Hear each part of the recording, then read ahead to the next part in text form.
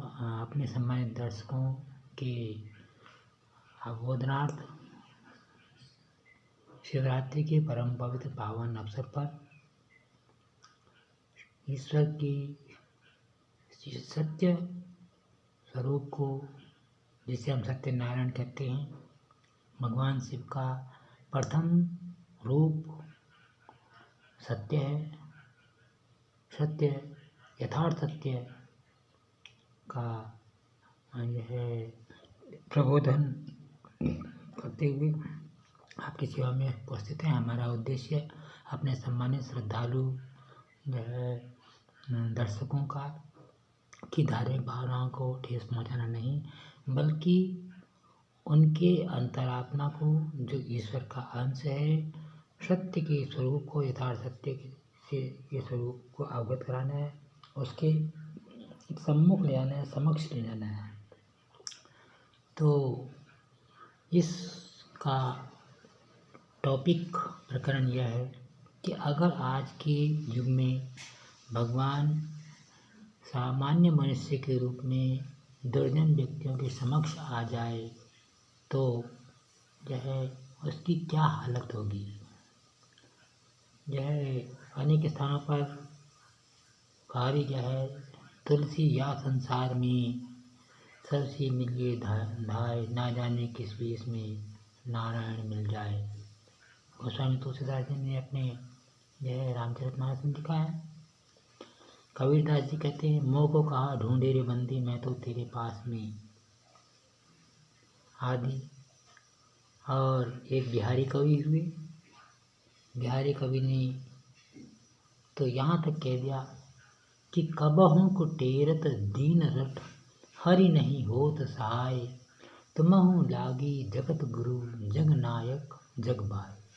बिहारी कवि जी के कहने का अभिप्राय है कि एक भक्त जो है भगवान से प्रार्थना करते हुए कहता है कि हे भगवान, मैं कब से आपको पुकार रहा हूँ, लेकिन आप मेरी पुकार नहीं सुन रहे, आप मेरी आवाज़ नहीं सुन रहे, लगता है तुम्हें कलयुग की हवा लग गई है। तो इन सब से ये तथ्य उभर कर आता है कि यदि वास्तव में आज के युग में भगवान यह सामान्य व्यक्ति के रूप में यह समाज के सामने आ जाए तो उसकी क्या हालत होगी, इस प्रकरण पर आपका ध्यान केंद्रित करते हुए अपने विचार प्रस्तुत करें। यदि इस संभाषण के दौरान, इस वार्ता के दौरान यदि कुछ आपको अप्रिय लगने वाली कुछ वचन या बात निकले तो उसके लिए मन भावन वाणी विलास कार्यक्रम के प्रोग्राम प्रोड्यूसर सर्वप्रथम क्षमा याचना करना, क्षमा याचना लेना, आपसे क्षमा याचना लेना अपना परम कर्तव्य समझते हैं, क्योंकि सत्य का साक्षात कराना और सत्य को स्वीकार करना दोनों ही बहुत कठिन कार्य होते हैं। जबकि भगवान शिव शंकर भोलेनाथ का जो शैव सिद्धांत है, जो मुख्य विचार है, सत्यम शिवम सुंदरम, सच्चाई, अच्छाई और भलाई, ये तीन दर्शन हैं। सारा संसार इन्हीं तीन दृष्टिकोणों पर आश्रित है और भगवान शिव शंकर स्वयं कहते हैं कि जो व्यक्ति मेरे प्रति सच्ची भक्ति और श्रद्धांजलि तभी मानी जाएगी जबकि संपूर्ण विश्व की व्यक्ति इन तीन सिद्धांतों का पालन करने, सच्चाई, भलाई और अच्छाई। तो यहाँ पर ये बताना चाहेंगे कि वास्तव में पहले तो भगवान ने स्वयं ही पहले अपने मुँह से कहा है कि बढ़ते हैं जब जब पाप धरती पर पाप मिटाने आता हूँ, एक हूँ मैं पर नए नए रूपों में आता जाता हूँ। यानी कि भगवान का कहना है कि भाई जिन रूपों में पहले मनुष्य के समक्ष आ चुका हूँ, मैं उन रूपों में फिर से नहीं आऊँगा। क्यों कि आज का जो मनुष्य है वह इतना चालाक प्राणी है कि वह सोचेगा कि भाई भगवान ने अगर राम के रूप में भगवान आते हैं तो यह दुर्जन व्यक्ति सोचेंगे कि जो है, कहने का मतलब जब इसने रावण को नहीं छोड़ा तो हमको क्या छोड़ेगा। जी, कृष्ण के रूप में आते हैं तो वो सोचेंगे जब अपने मामा कंस को नहीं छोड़ा तो ये हमें क्या छोड़ेगा। जी, इसलिए दुर्जन व्यक्ति सज्जन जो है भगवान को धोखा देने के लिए एकदम सज्जन बन जाएंगे। जी, यह ईश्वर की विचारधारा, क्योंकि ईश्वर सामान्य मनुष्य से करोड़ गुना अधिक चंट चालाक और बुद्धिमान है। हम तो उसकी बुद्धि के 1 खरब में अंश के समान भी नहीं हो सकते, जो यथार्थ सत्य है। तो यह ईश्वर ने मनुष्य के समक्ष एक बहुत ही साधारण व्यक्ति के रूप में आना है, बहुत ही सीधे साधे व्यक्ति के रूप में आना है। जो भगवान मनुष्य जो है दुर्जन व्यक्तियों के समक्ष जो है भूखे व्यक्ति के रूप में, प्यासे व्यक्ति के रूप में, जो है कोढ़ी व्यक्ति के रूप में, रोगी व्यक्ति के रूप में, वृद्ध व्यक्ति के रूप में, पागल व्यक्ति के रूप में ही मनुष्य के समक्ष आएगा। दिगंबर व्यक्ति के रूप में यह मनुष्य के समक्ष आना है, जिससे जो सामान्य व्यक्ति है वह जो है भगवान को जो है दुत्कारे, भगाए, समझे, ईश्वर का अपमान करे, आदि आदि ऐसी घटनाएं प्राकृतिक रूप से उसके द्वारा भगवान ने करानी है। ईश्वर ही समस्त व्यक्तियों से, ईश्वर चाहे तो जो है सभी व्यक्तियों से अच्छे कर्म भी करा सकता है, लेकिन और बुरे कर्म भी करा सकता है, लेकिन कर्म प्रधान है। भगवान ने मनुष्य को कर्म करने की स्वतंत्रता दे रखी है। भगवान कहता है जिसकी जैसे मन मर्जी आए, मन में आए वैसा कर्म करो, मैं जय कर्म में हस्तक्षेप नहीं करता, समझे। तो ईश्वर की इच्छा के अनुसार ही नास्तिक व्यक्तियों को जो है नास्तिक व्यक्ति होते हैं उनको विनाशोन्मुखी मार्ग की ओर ले जाने के लिए नकारात्मक प्रवृत्ति प्रदान करते हैं। और वह जो है समाज में जो है, क्योंकि समस्त व्यक्ति जो है समस्त प्राणी ईश्वर का ही अंश है। सबके शरीर में ईश्वर की आत्मा का अंश है, चाहे वो चींटी से लेकर हाथी तक हो। हम मनुष्य हैं, हम भी उसी के अंतर्गत आते हैं। लेकिन जो दुर्जन व्यक्ति होते हैं वो इस बात को नहीं समझते। उनकी बुद्धि पर, अकल पर जो है पर्दा पड़ा रहता है, दिल दिमाग पर पर्दा पड़ा रहता है।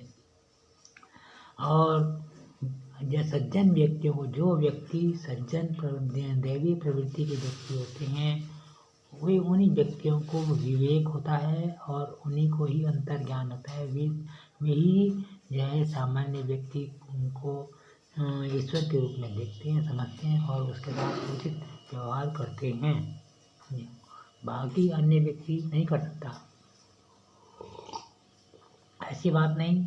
जो है 65% व्यक्ति जो है ईश्वरीय प्रतिभा संपन्न होते हैं। वे व्यक्ति धन्य हैं जो सत्य के मार्ग पर चलते हैं, न्याय के मार्ग पर चलते हैं, पुण्य के मार्ग पर चलते हैं। वे उनके माता पिता धन्य हैं। हम उनके माता पिता को और उन जो है दैवीय प्रकृति के व्यक्तियों को श्रद्धा मस्तक होते हुए शत कोटि नमन करते हैं, वंदन करते हैं, क्योंकि वे जो है सत साहस के साथ जबकि उनके जीवन में अच्छे मार्ग पर चलते हुए अनेक कठिनाई आएंगी, लेकिन वे धीर वीर गंभीर प्रवृत्ति के व्यक्ति हैं। यह सब जानते हुए भी वे सत्य का आचरण नहीं छोड़ेंगे, यह पुण्य का मार्ग नहीं छोड़ेंगे और जो है अच्छाई की ओर अग्रसर रहेंगे, चाहे उन्हें कितनी परेशानी क्यों न उठानी पड़े, क्योंकि उनकी आत्मा जो है गलत कार्य कभी भी स्वीकार नहीं करती। उनके माता पिता और वे वास्तव में धन्य हैं। ईश्वर की आत्मा उन्हीं व्यक्तियों से प्रसन्न होती है, उन्हीं व्यक्तियों को शुभाशीष प्रदान करती हैं जो सत्मार्ग पर हैं, अच्छे मार्ग की ओर लगे हुए हैं, अग्रसर हैं। जबकि दुर्जन व्यक्ति जो है धरती माता के लिए कलंक है। तो यदि दुर्जन व्यक्तियों के संपर्क में मनुष्य भगवान साधारण मनुष्य के रूप में आता है, तो सबसे पहले वह उससे जो है अपनी मति के अनुसार जो है चाहे बड़े प्यार से उससे उसके पास जो भी सामग्री है, जो भी साधन है, वह उसे लूट खसोट करेंगे। ये उसको बिल्कुल ये समझिए, जब उससे सारा माल ताल लूट लेंगे तब वे उसको भगा देंगे, अपमानित करेंगे। समझे। अब सोचेंगे अब तो कोई जो है हमारा सारा स्वार्थ निकल गया, कहीं हमें से कुछ इसको कुछ देना ना पड़े। समझे। जो है मान लीजिए, कल्पना करो यदि भगवान विष्णु जिनके शरीर में स्वर्णाभूषण लगे रहते हैं, तो जो है अगर धूर्त व्यक्तियों के बीच में जो है दुर्जन व्यक्ति के बीच में आ गई, तो दुर्जन व्यक्ति सबसे पहले जो है भगवान विष्णु कहेगा, भाई निकाल दे भाई जो कुछ तेरे पास जो है सोने चांदी के आभूषण हैं। समझे। और जब देखा कि सब कुछ लूट लिया खसूट लिया, और तब कहेंगे कि वो उनको जो है भगवान को जो सामान्य व्यक्ति के रूप में माँ बहन की गालियाँ देंगी। समझे। और जो है जान से मारने तक की धमकी दे सकते हैं, क्योंकि उनका दिमाग ऐसा है। वो क्या जानेंगे यह है सामान्य ईश्वर हमारे सामने जो है सामान्य व्यक्ति के रूप में आया हुआ है, उसको अपमानित करेंगे, उसका तिरस्कार करेंगे, उसकी हंसी मजाक करेंगे, उसको माँ बहन उसके माता पिता तक की उसकी जो है गालियाँ देंगे, क्योंकि उनकी प्रवृत्ति ऐसी है, ऐसी उनकी बुद्धि है। और जान से मारने की भी धमकी देंगे कि हम तुझे खत्म कर देंगे, ये ऐसे वराना। तो ये सामान्य व्यक्ति की, और उस ईश्वर जो सामान्य व्यक्ति के रूप में ईश्वर आया हुआ है, उस व्यक्ति को इस बात का जो है आभास हुआ कि वास्तव में धरती पर जो है आना कितना कठिन है। इसीलिए सज्जन व्यक्ति जो है भगवान कहीं भी सामान्य व्यक्ति के रूप में इस धरती पर जो है आएगा ही नहीं। पहले तो जो है कि जो है कलयुग में भगवान ईश्वर नाम की कोई चीज़ होती ही नहीं है। इसलिए नहीं होती क्योंकि उसे पता है, देवी देवताओं को पता है कि जो है और धरती पर जाएंगे तो जो है धूर्त मकार और चालाक के व्यक्ति हैं, वो तो हमें लूट खसूट लेंगे, हमको जो है परेशानी होगी। समझे। इसलिए जो सच्चाई है ये कि इस धरती में ईश्वर का बहुत ही होना नामुमकिन है। देवी देवता भी भगवान भी शैतान व्यक्तियों से डरते हैं, इसलिए धरती पर आते ही नहीं। ये जो सत्य है, यथार्थ सत्य है, वो यही है। तो इस प्रकार से जो है, और कहने का मतलब जो सज्जन व्यक्ति हैं वे भगवान सामान्य व्यक्ति के रूप में आए हुए ईश्वर को उसका मान करेंगे, सम्मान करेंगे, वंदन करेंगे, पूजन करेंगे हर बार, क्योंकि उनके अंतरात्मा को ज्ञान हो जाएगा वास्तव में सामान्य व्यक्ति के रूप में ही भगवान है। हम समस्त व्यक्ति ईश्वर का ही अंश हैं। जितने भी हम समझे प्रकृति जन्य यह मानव प्राणी हैं, हम ईश्वर की आत्मा का 1/11वां अंश है। तो सज्जन व्यक्ति जो होते हैं, जो दैवीय प्रवृत्ति के व्यक्ति होते हैं, उन्हें इस बात का अंतर्ज्ञान होता है, उस हिसाब से वो उनके साथ व्यवहार करते हैं। और दुर्जनों ने, क्योंकि यह है उनके स्वभाव वैसे ही होता है, सभी व्यक्ति एक जैसे नहीं हो सकते। मुंडे मतिर भिन्ना, अगर सभी व्यक्तियों की विचारधारा एक जैसी अच्छी हो गई तो ये धरती स्वर्ग बन जाएगी। लेकिन इस धरती को जो प्रकृति ने और ईश्वर ने स्वर्ग नहीं बनाना है, समान रूप से संतुलन बनाए रखना है। तो इसके लिए जो है ऐसा आवश्यक है। प्रश्न यह है कि ईश्वर का कहना यह है कि जो है भगवान शिव या ईश्वर का यही कहना होता है, समस्त मानव प्राणियों को संदेश होता है कि आप दया, प्रेम, करुणा, श्रद्धा, ममता, ये वात्सल्य, शरणागत वत्सलता और अंतर्राष्ट्रीय शांति, सहयोग एवं सद्भावना, विश्व बंधुत्व की भावना, ये प्राणी मात्र के प्रति यह स्नेह, सत्य, अहिंसा, अस्तेय का मतलब है चोरी न करना, अपरिग्रह, यह आवश्यकता से अधिक धन इकट्ठा, आवश्यकता से अधिक यह सुख सुविधाओं की सामग्री एकत्रित नहीं करना। और कहने का मतलब ये धर्म के गुण हैं, धर्म का जो वास्तविकता ये है, धर्म के 10 गुण बताए जाते हैं। धर्म के 10 गुणों में ये सारे गुण हैं। यह प्राणी मात्र के प्रति दया, परोपकार, विश्व कल्याण और जन कल्याण ही ये भगवान शिव के वास्तविक गुण हैं। भगवान शिव समस्त प्राणियों को इस अवसर पर संदेश प्रदान करते हैं कि जो व्यक्ति इन गुणों का आत्मसात करता है वो साक्षात मेरा ही स्वरूप है जी। जो व्यक्ति इन गुणों को अपने अंदर जो है अपने स्वभाव के अंदर लाता है वह मेरी सच्चे रूप से श्रद्धा भक्ति करता है। बाकी ये ईश्वर को बाह्य प्रदर्शन, आडंबर इत्यादि पसंद नहीं है। इस अवसर पर जो है अपने जो है आर्य समाज के संस्थापक महर्षि दयानंद सरस्वती का उल्लेख आता है। महर्षि दयानंद सरस्वती गुजरात के जो है ब्राह्मण परिवार से थे और वे पूर्ण रूप सारा परिवार शैव परिवार था, लेकिन ये सत्य की खोज के लिए यह उनके मन में ऐसा विचार आया कि सत्य की खोज करनी चाहिए। ये विचार ईश्वर की प्रेरणा से ही आया और उन्होंने जो है हरिद्वार में पाखंड खंडिनी नाम की एक सभा भी की कि जो हमारे जो है धर्म के अंदर जो कुरीतियाँ चली आ रही हैं, जो रूढ़िवादिताएँ, कुरीतियाँ, कुप्रथाएँ आदि चली आ रही हैं, वंश परंपरागत से चले आ रहे, उनका खंडन होना चाहिए। बाल विवाह और सती प्रथा आदि अनेक कुरीतियाँ थी, तो उनके लिए उन्होंने काफ़ी प्रयास किया। और ये प्रयास जो शिवरात्रि का पर्व है आर्य समाज की दृष्टिकोण में ये जो है ऋषि बोधोत्सव पर्व के रूप में मनाया जाता है।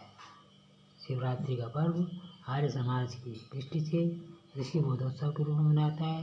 दीपावली का पर्व जो है ऋषि निर्वाणोत्सव के रूप में मनाया जाता है।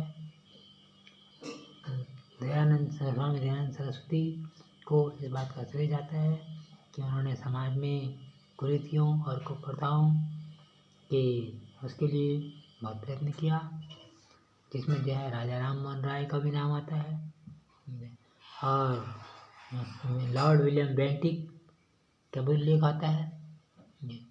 राजा राम मोहन राय के उसी विचारों से प्रभावित होकर लॉर्ड विलियम बेंटिक ने रूल एंड रेगुलेशन बनाया इनके कंट्रोल के लिए। तो कुल मिलाकर ये है कि हमें सत्य के मार्ग का अनुसरण करना चाहिए। वे वहाँ जो है सज्जन पुरुष धन्य हैं जो सत्य के मार्ग का अनुसरण करते हैं, न्याय के मार्ग का अनुसरण करते हैं, पुण्य के मार्ग का अनुसरण करते हैं। ईश्वर उन्हें जो है दिन दुनी रात चौगुनी उन्नति उनके जीवन में प्रदान करे। वे खुश रहें, स्वस्थ रहें, सुखी रहें, सानंद रहें, दिन दिन रात चौगुनी उन्नति हो। इसी भावना के साथ जो है मन भावन वाणी विलास कार्यक्रम के प्रोग्राम प्रोड्यूसर मनमानंद काला शिवरात्रि की इस पावन पवित्र अवसर पर ये उद्बोधन आपकी सेवा में जो है प्रसारित कर रहे हैं। आपको जो है यह कार्यक्रम कैसा लगा, आशा है इसे आप समझने की कोशिश करेंगे। इसके लिए आपका हार्दिक अभिनंदन, सुस्वागतम एवं अग्रम धन्यवाद। और यदि इसमें कोई जो है अप्रिय कोई वचन निकला हो, आपको जो है आघात पहुँचाने वाला कोई शब्द निकले हो, कुछ वाक्य निकले हो, तो उसके लिए हम आपसे अपना क्षमा याचना करना, क्षमा प्रार्थी करना अपना परम कर्तव्य समझते हैं। हम क्षमा प्रार्थी हैं क्योंकि सत्य कटु होता है। सत्य को सुनना और कहना दोनों जो है बहुत साहसी व्यक्ति होते हैं। वाल्मीकि रामायण में भी मारीच के द्वारा यही कहलाया है कि जय राम उनको समझाती है, वो जय मारीच कहता है कि इस संसार में सत्य का श्रवण कर बोलने वाले और सत्य को सुनने वाले समझने वाले व्यक्ति वास्तव में दुर्लभ होते हैं। मीठी मीठी चाटुकारिता की बातें करने वाले व्यक्ति तो मिल जाते हैं, लेकिन सत्य को स्वीकार करने के लिए जो है सो एक बहुत बड़ी शक्ति व्यक्ति के अंदर होती है, जो व्यक्ति को जो है हृष्ट पुष्ट और बलिष्ठ बनाती है, आत्मिक रूप से, आध्यात्मिक रूप से शक्ति प्रदान करती है। और वही व्यक्ति संसार में ईश्वर का अवतार जो है होते हैं। ये यथार्थ सत्य है। सत्यम शिवम सुंदरम। इसी के साथ अपना वक्तव्य समाप्त करते हैं। जय हिंद, जय भारत, जय उत्तराखंड।